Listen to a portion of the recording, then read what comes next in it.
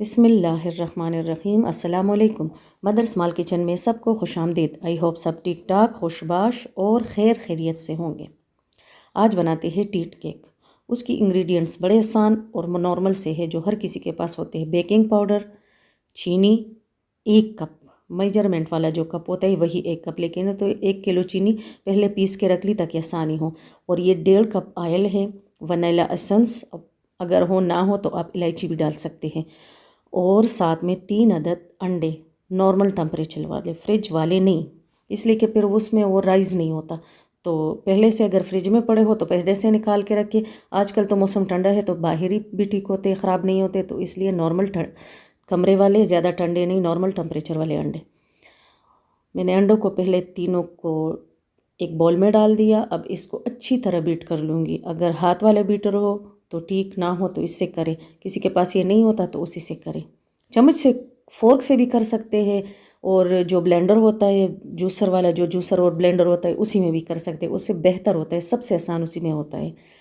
लेकिन मेरे पास ये मौजूद है तो मैं बीटर से कर लेती हूँ। अगर ना हो तो आप लोग जूसर और ब्लेंडर में भी कर सकते हैं, जिसको हमारी ज़ुबान में जूसर कहते हैं। उसके साथ जो ब्लेंडर होता है बस उसी में पहले अंदरों को बीट कर ले, बाद में चीनी डाल दे जिस तरह इसी में डालते हैं, या ऑयल डाल दें, तो नंबर वाइज डाल दे, तो यही प्लपी और यही चीज़ बनती है।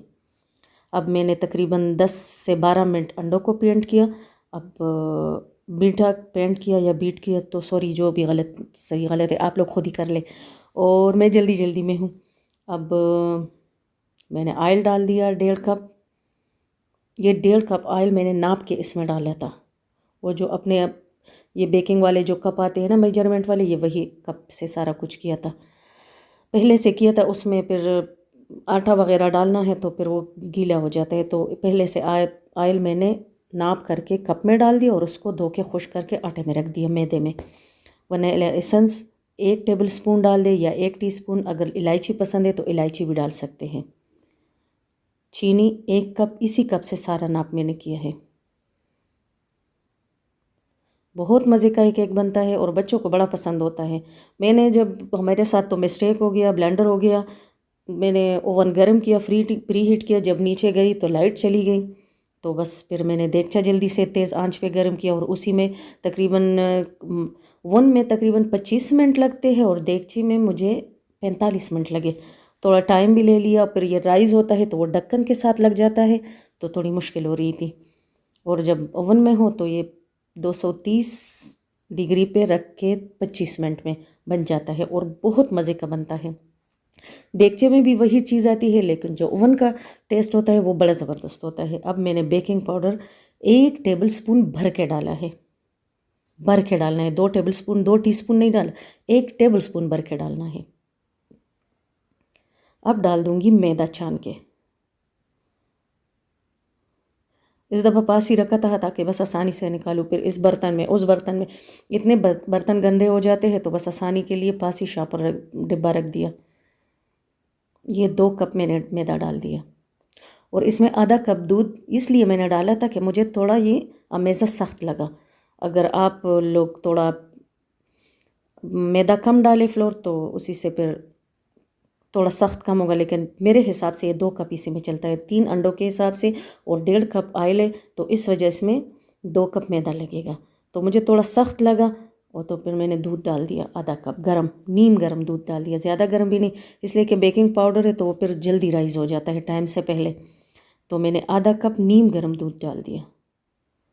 इसको पहले हाथ से अच्छी तरह मिक्स किया, फिर बीटर से किया, इसलिए कि हाथ तक गया था, तो सोचा चलो उसी से करूँ, उसी से आसान होता है।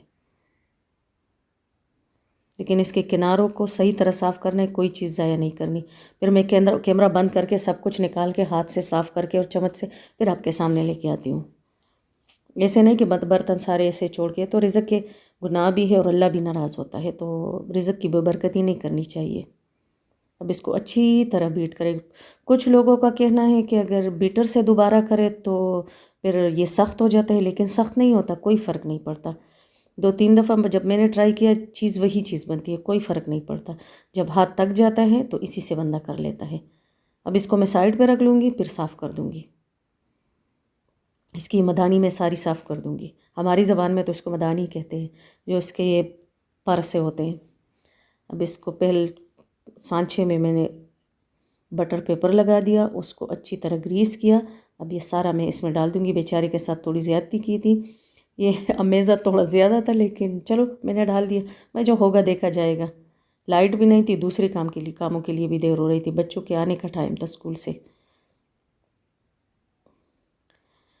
अच्छी तरह साफ़ करके सारा डाल दे, फिर इसको टेप करे ताकि इसकी हवा निकल जाए। इसमें जो बबल्स बनते हैं ना, तो उससे अच्छे फिर केक पे असर पड़ता है, वो फिर सही नहीं, वो दरमियान से फिर वो निकल आता है, वो फूल जाते हैं, वो फट जाता है, तो केक अंदर से फिर वही मॉइस्चर इसमें नहीं होता।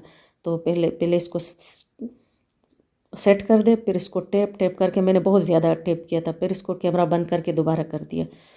तो फिर इसको देगचे में रख दिया। अब देगचा हमारा मुकम्मल तौर पर गर्म है। देगचा नहीं था, कढ़ाई थी,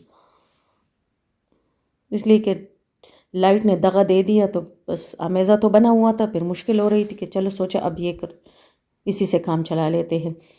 तो अब मैं ये मेरी जुगाड़ है, इसलिए कि इसके ऊपर अगर मैं ढक्कन रखती थी कढ़ाई का तो वो ये फूल के उसी के साथ लग जाता। तो मैंने उसी साइज़ की दूसरी कढ़ाई जो मेरे पास पड़ी हुई है वो मैंने उसके ऊपर लगा दी।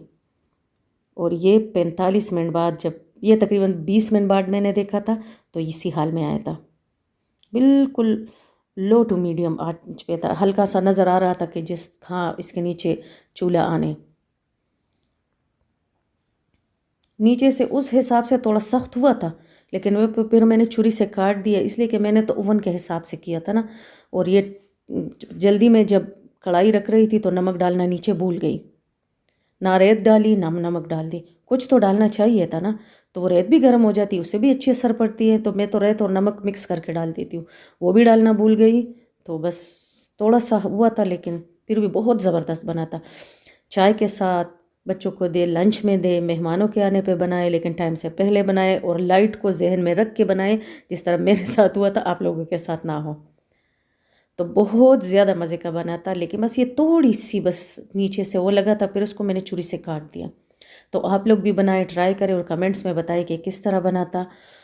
और अल्लाह ताला सबको अपने घरों में खुश और आबाद रखे, सबको बच्चों की खुशियाँ दिखाए, और अल्लाह ताला सबके रिज़्क़ में बरकत दे, दस्तरख़ानों में बरकत दे। अल्लाह ताला सबके दस्तरख़ान वसी कर दे, सबकी ज़िंदगियों में बरकत डाल दे। हमें बड़ों की इबादत की तौफ़ीक दे, उनको हिम्मत देने की तौफ़ीक दे, ताकि वो अपने नमाज और रोज़े पे कायम रहे। और हमारी दुआओं के लिए अल्लाह ताला उनको ठीक ठाक और सेहतमंद रखे।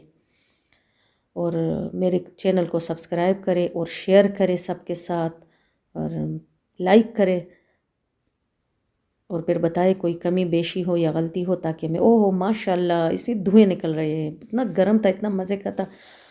और अल्लाह ताला सबको आबाद और खुश रखे अपने अपने घरों में, और किसी का मोहताज ना बनाए। अल्लाह सबको अपने नसीब का रिज़्क़ दे, और हमें भी दुआओं में याद रखे। अल्लाह हाफ़िज़।